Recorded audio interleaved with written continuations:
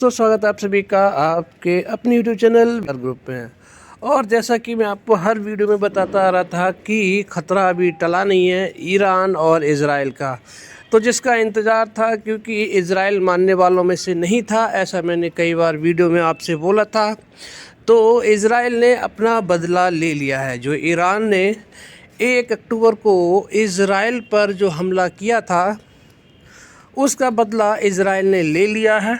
और अब जो है बदला भी पूरा हो गया है। अब क्या ईरान रिटेलिएट करेगा, इस चीज़ पर निर्भर करता है। तो जो इंतज़ार था वो तो पूरा हो गया है, इज़राइल ने बदला भी ले लिया है। तो अब क्या मार्केट कैसा रिएक्ट करेगा, तो वीडियो में अंत तक बने रहिएगा। सारे बड़े पॉइंट्स की चर्चा करूंगा, आपके साथ में एनालिसिस शेयर करूंगा, जो कि फ्राइडे मार्केट क्लोज होने के बाद में बड़ी न्यूज़ हैं जो मार्केट में हर हफ्ते उठापटक करती हैं। उन सारी बड़ी न्यूज़ पर चर्चा करूंगा। एक भी न्यूज़ को मिस मत करिएगा, क्योंकि एक भी न्यूज़ बड़ी न्यूज़ मिस हो जाती है तो फिर उसका बड़ा उलटफेर हो जाता है, और मिस होने से भारी लॉस में भी एक इन्वेस्टर जा सकता है। तो वीडियो में अंत तक बने रहिएगा। सारी चीज़ें आपके साथ में डिस्कस करूंगा। क्या बड़े पॉइंट रहे फ्राइडे के बाद में, जो कि इस हफ्ते पूरा शेयर मार्केट पर क्या करते रहेंगे, असर डालते रहेंगे, उठा पटक करते रहेंगे। तो सबसे पहले शुरू करते हैं ईरान वाली न्यूज़ से। तो ईरान ने अटैक तो कर ही दिया था, और अटैक करने के बाद में पहले इस खबर को जान लेते हैं। और अब क्या पूरा है, क्या बातें चल रही हैं पूरे वर्ल्ड में, पूरे विश्व में क्या बातें चल रही हैं, उन सारी निश्चितताओं पे अनिश्चितताओं पे पूरा बात करेंगे। तो आप देख सकते हैं अटैक करने के बाद में इज़राइल के ईरान दागने वाला है बैलिस्टिक मिसाइल। अमेरिका ने इज़राइल को दी चेतावनी। अब क्या हो रहा है कि ईरान को ये भी साख पर दाव है, क्योंकि पहले उसने अटैक किया था, इज़राइल ने वापस उस पर अटैक कर दिया। देर से किया लेकिन उसने भी अटैक कर दिया। और इज़राइल का कहना है कि उसने अच्छा खासा हमला किया है, लेकिन ईरान इस चीज़ को दबाने में लगा हुआ है कि ये हल्का फुल्का हमला था, लिमिटेड लॉस था। लेकिन इसी के दौरान अमेरिका ने भी चेतावनी दी है, ईरान को भी बोला है। वो सारी चीज़ें बताऊंगा। तो ईरान इज़राइल में छिड़ने वाला है महासंग्राम, ये बातें चल रही हैं अभी। यूएस की चेतावनी के बावजूद ईरान पीछे हटने को तैयार नहीं, यानी कि अमेरिका ने ईरान को बोला है कि अब वो इज़राइल पर दोबारा अटैक न करे। तो अब देखते हैं आगे क्या है। आप देख सकते हैं वीडियो पर, स्क्रीन पर, इज़राइल ने 25 अक्टूबर को ईरान के कई सैन्य ठिकानों और मिसाइल निर्माण इकाइयों को निशाना बनाया। इसमें कई ईरानी सैन्य अधिकारियों की मौत की भी खबर है। हमले के बाद अमेरिका ने ईरान को चेतावनी दी है कि वो इज़राइल से बदला लेने की न सोचे, क्योंकि इससे बड़ा युद्ध छिड़ सकता है। लेकिन ईरान बदला लेने पर अड़ा है। यहाँ तक तो सब ठीक है, लेकिन अगर ईरान दोबारा से इज़राइल पर अटैक करता है तो सिचुएशन बड़ी क्रूशल हो जाएगी। हालांकि अभी भी जो सेंटिमेंट है नेगेटिव ऑलरेडी हो चुके हैं, क्योंकि इज़राइल ने अटैक कर दिया है। तो मार्केट के लिए अगले हफ्ते के लिए अभी पॉजिटिव तो कुछ दिखाई नहीं दे रहा है। अभी सारे पैरामीटर्स मैं आपके साथ में डिस्कस करूंगा, उससे कुछ भी अभी तक तो पॉजिटिव दिखाई नहीं दे रहा है। सिर्फ आईसीआईसीआई बैंक के रिज़ल्ट अच्छे आए हैं, उसको छोड़कर। तो अमेरिका ने ईरान को साफ साफ बोला है कि वो अब दोबारा से बदला लेने की न सोचे, क्योंकि इससे बड़ा युद्ध छिड़ सकता है। तो ये बड़ी हाइलाइट्स क्या हैं, अमेरिका ने ईरान को चेतावनी दी है कि वो इज़राइल से बदला लेने की न सोचे, क्योंकि अमेरिका पूरी तरह से इज़राइल के साथ खड़ा हुआ है। ईरान फिर इज़राइल से बदला लेने पे अड़ा। क्या हो रहा है कि अमेरिका तो मना कर रहा है ईरान को कि वो बदला लेने की न सोचे, लेकिन ईरान वो अपना बदला लेने की जिद पर अड़ा हुआ है। ऐसी बातें अभी चल रही हैं। जो भी बातें चल रही हैं मार्केट के लिए तो नेगेटिव सेंटीमेंट है ही। अब वो बदला ले या न ले, तो आप देख सकते हैं आगे इजराइल के ईरान पर हमले के बाद एक बार फिर दोनों देशों में तकरार बढ़ गई है। इजराइल ने 25 अक्टूबर को ईरान कई सैन्य ठिकानों पर और मिसाइल निर्माण इकाइयों पर हमला किया है। कई ईरानियों की मौत भी हो गई है। तो अब क्या है, बड़ी संभावना क्या जताई जा रही है इससे कि मिडिल ईस्ट में छिड़ सकता है बड़ा युद्ध। ये नेगेटिव सेंटीमेंट है। ईरान ने इजराइल पे किया, इजराइल ने वापस ईरान पे हमला करके बदला ले लिया है। अब इसके आगे के आउटपुट क्या हैं? आगे के आउटपुट ये है कि मिडिल ईस्ट में छिड़ सकता है बड़ा युद्ध। हमले के बाद अमेरिका ने ईरान को चेतावनी दी है कि वो बदला लेने की न सोचे, लेकिन वो बदला लेने पे अड़ा हुआ है। कौन? ईरान। ईरान ने कहा कि वो अपनी सुरक्षा के लिए ज़रूरी कदम उठाता रहेगा। ईरान के बयान के बाद मिडिल ईस्ट में फिर से बड़ा युद्ध छिड़ने के आसार हो गए हैं। ईरान की धमकी के बाद अमेरिकी रक्षा सचिव लॉयड जे ऑस्टिन ने चेताते हुए कहा कि ईरान को इजराइल के हमले का जवाब देने से बचना चाहिए, क्योंकि ये बड़ी गलती साबित होगा। अमेरिका ने कहा कि ये दोनों देशों के बीच तनाव को और बढ़ाएगा। ईरान ने पहले हमला किया, इजराइल ने भी बदला ले लिया। तो अब अमेरिका का कहना है कि दोनों तरफ से बराबरी हो गई है, अब आगे फर्दर कोई भी कार्रवाई नहीं होनी चाहिए। अगर फर्दर कार्रवाई होती है तो ये एक भयानक और बड़ा युद्ध का रूप ले सकता है। इसीलिए अमेरिका बार बार इस बात को बोल रहा है कि बदला लेने की ना सोचें। ईरान के परमाणु कार्यक्रम की इमारत को बनाए निशाना। अब उस अटैक में हुआ क्या है? उस अटैक में क्या है कि जो परमाणु जो एक्टिविटी चल रही थी बनाने की, परमाणु हथियार बनाने की जो एक्टिविटी चल रही थी, उस इमारत को इजराइल ने निशाना बनाया है। इजरायली हवाई हमले के बाद कुछ सैटेलाइट तस्वीरें भी सामने आई हैं।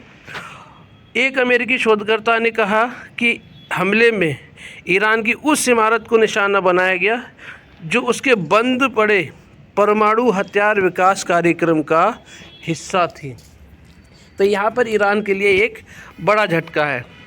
वहीं पर दूसरे रिसर्चर बता रहे हैं कि उन इमारतों को भी निशाना बनाया गया जहां ईरान बैलिस्टिक मिसाइलों के लिए सॉलिड फ्यूल मिलाने के लिए इस्तेमाल करता था।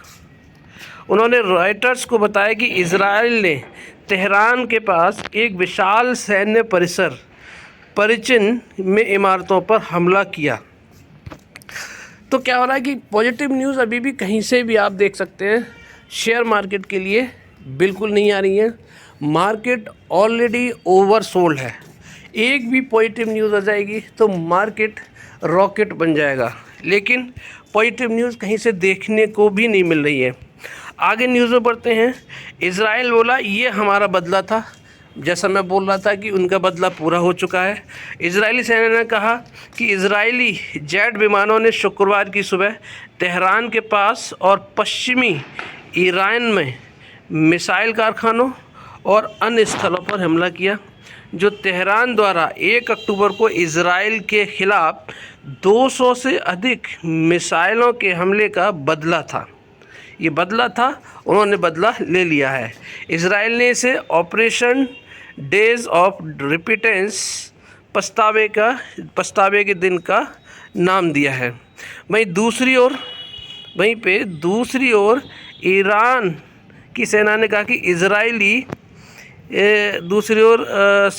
कि इजरायली लड़ाकू विमानों में खुलेआम खुजेस्तान, तेहरान के आसपास के प्रांतों में सीमा रडार प्रणालियों पर हमला करने के लिए बहुत हल्के वॉरहेड का इस्तेमाल किया है, जिससे उसे ज़्यादा नुकसान नहीं हुआ। यानी कि ईरान से पता चल रहा है कि वो क्या कर रहा है, मामले की लीपापोती करना चाह रहा है और अभी वो किसी को इस पर रिटेलिएट करने के मूड में नहीं है, क्योंकि अगर वो कहता बहुत नुकसान हुआ है तो इसको बड़ा माना जाता।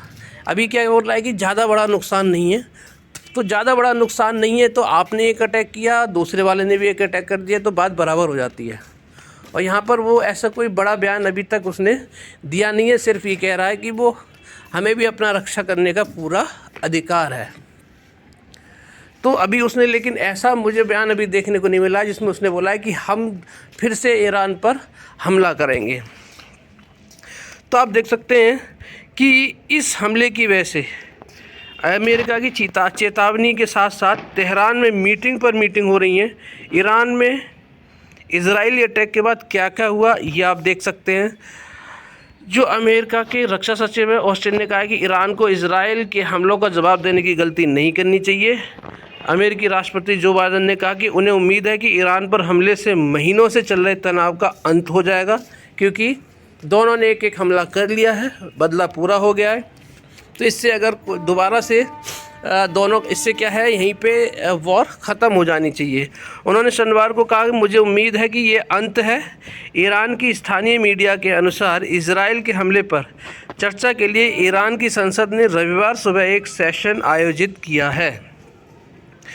वहीं पर आप देख सकते हैं कि मिडिल ईस्ट में इस वक्त तनाव अपने चरम पर है। ईरान के सैन्य ठिकानों पर इजराइल के जवाबी हमलों ने स्थिति को अस्थिर कर दिया है।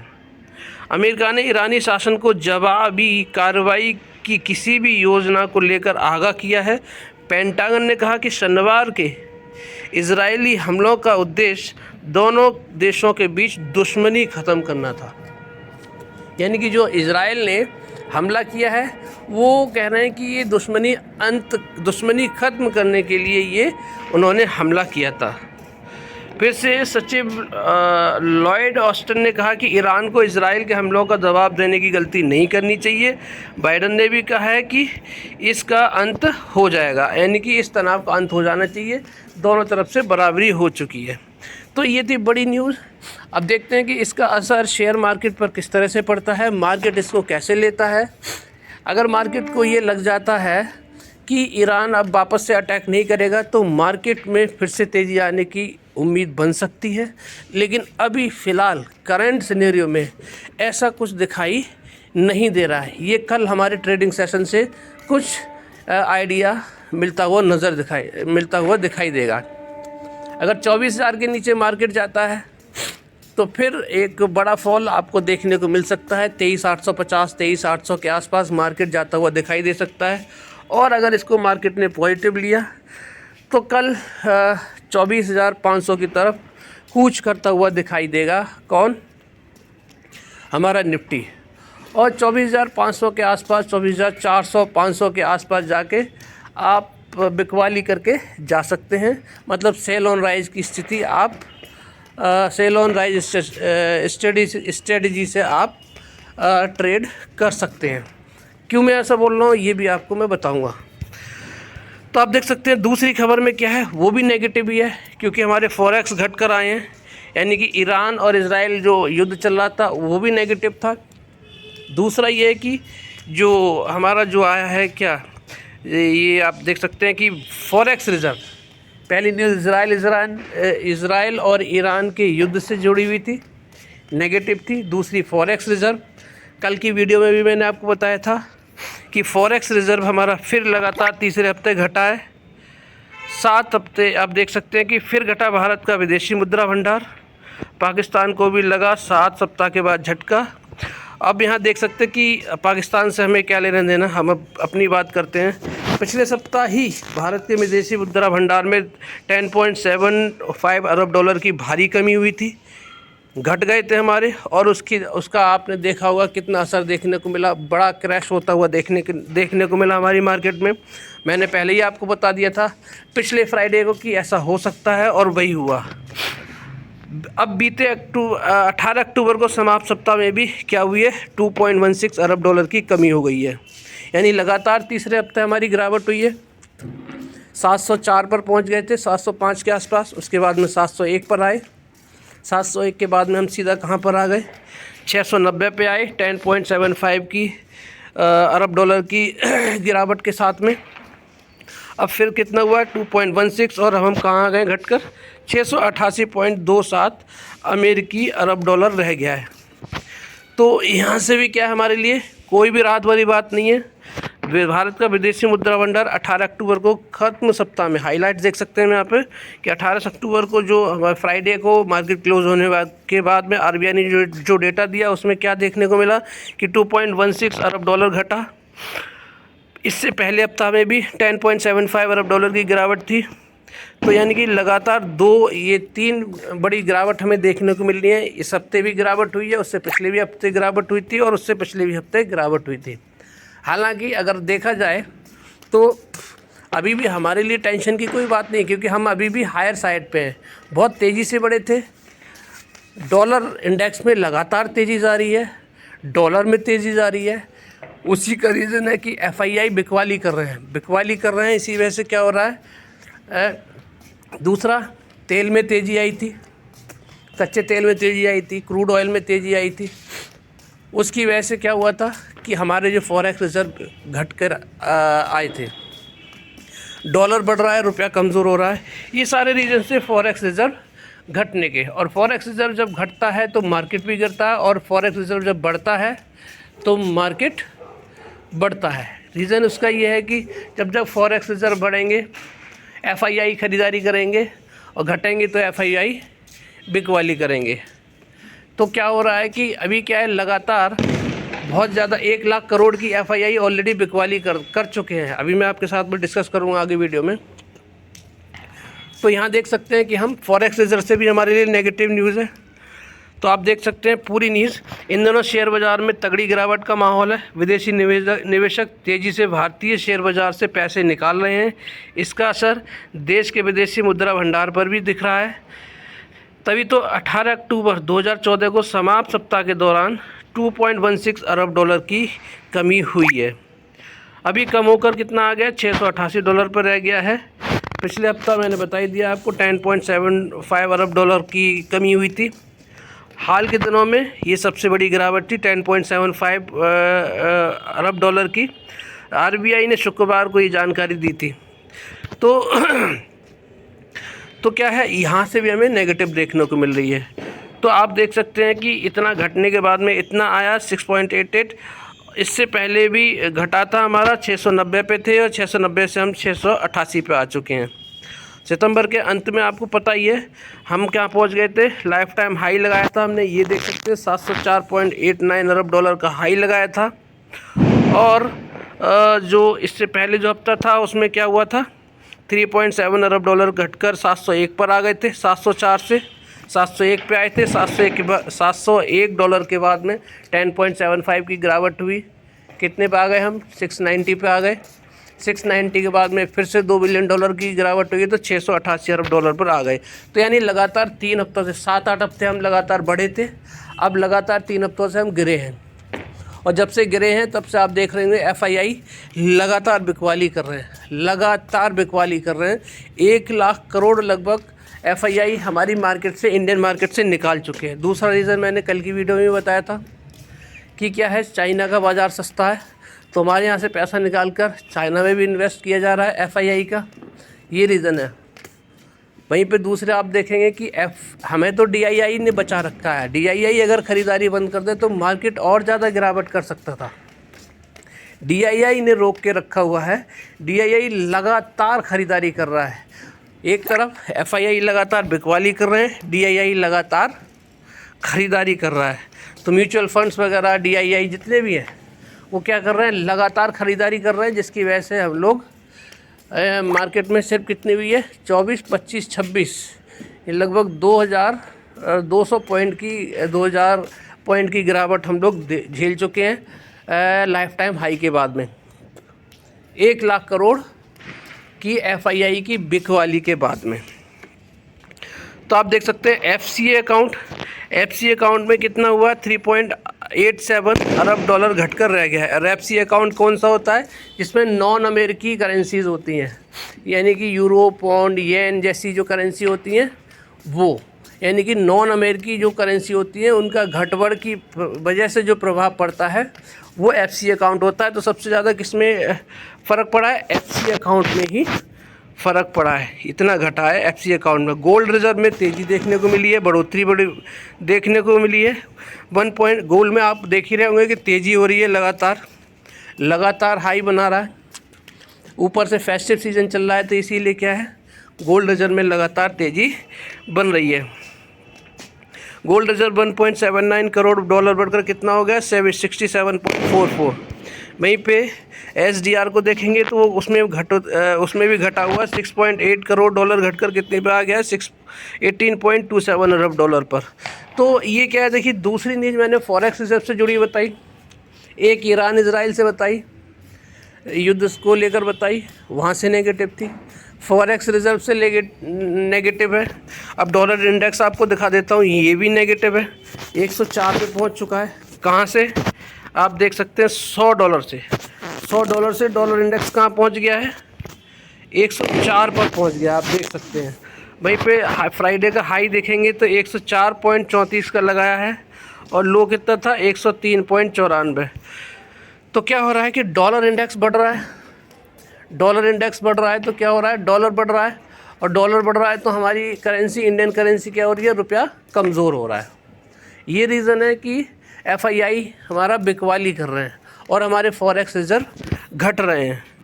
अब बात कर लेते हैं किसकी, FII DII के फ्राइडे को क्या खेल करके गए। तो यहाँ पर कई हफ्तों बाद, कई ट्रेडिंग सेशन के बाद देखने को मिल रहा है कि DII की बाइंग FII से ज़्यादा है। DII की बाइंग क्या है, FII से ज़्यादा, 4159 करोड़ की खरीदारी करके गए हैं DII। वहीं पे एज यूजुअल जैसा बिकवाली कर रहे थे, फ्राइडे को भी 3000 करोड़ की बिकवाली करके गए हैं। तो यानी कि 1100 करोड़, कितना, 1123 करोड़ की हमारी क्या आ रही है, पॉजिटिव बाइंग निकल के आ रही है। अगर FII DII का दोनों का अगर हम नेट निकाल देते हैं तो यहाँ से हमें एक पॉजिटिव न्यूज़ देखने को मिल रही है। दो पॉजिटिव न्यूज़ देखने को मिल रही है। एक तो ICICI का रिजल्ट जो मैंने इस वीडियो में कवर नहीं किया है वो पॉजिटिव है। अब तक के सबसे अच्छे रिजल्ट दिए हैं, जो निफ्टी पे और बैंक निफ्टी दोनों पर असर डालता हुआ दिखाई पड़ेगा। यानी इस साल के सबसे अच्छे रिजल्ट दिए ICICI बैंक ने। और बैंक निफ्टी में HDFC के बाद में ICICI दूसरे नंबर पर वेटेज के मामले में। तो निफ्टी और बैंक निफ्टी में दोनों को सहारा देता हुआ नज़र आएगा कौन, ICICI बैंक। और दूसरी पॉजिटिव न्यूज़ क्या है, ये वाली कि FII DII का डेटा पॉजिटिव निकल के आ रहा है 1100 करोड़ के आसपास। तो यहाँ से पॉजिटिव न्यूज़ है। अब देखते हैं कि कल का मूड माहौल क्या रहेगा। कल के मूड माहौल पे सब कुछ डिपेंड करेगा कि मार्केट ईरान इजराइल के अटैक को किस तरह से लेता है।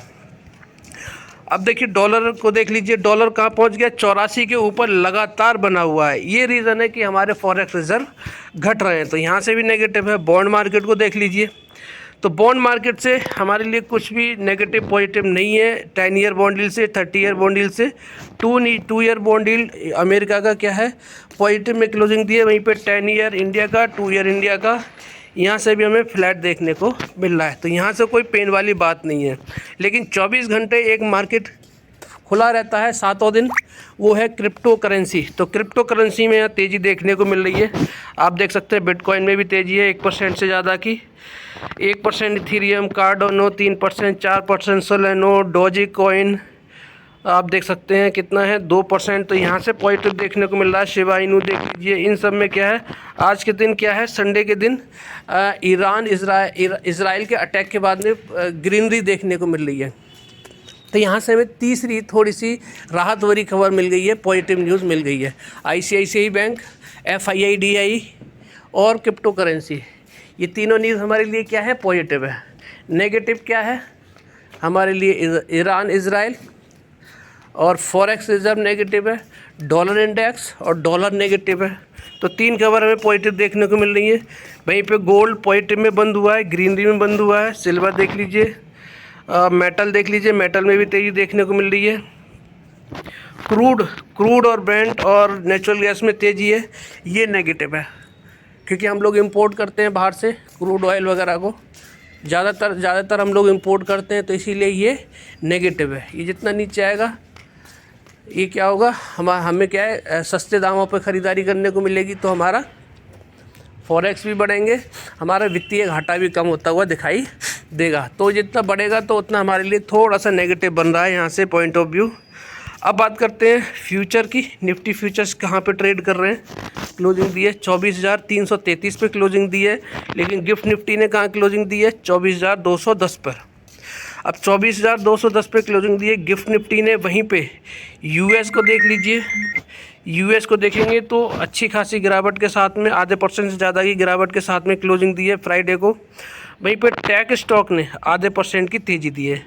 तो यहाँ से अगर हम देखें तो दोनों का आईटी स्टॉक और डाउ जोन्स को, दोनों को हम देखें तो नल एंड वॉइड हो जाता है।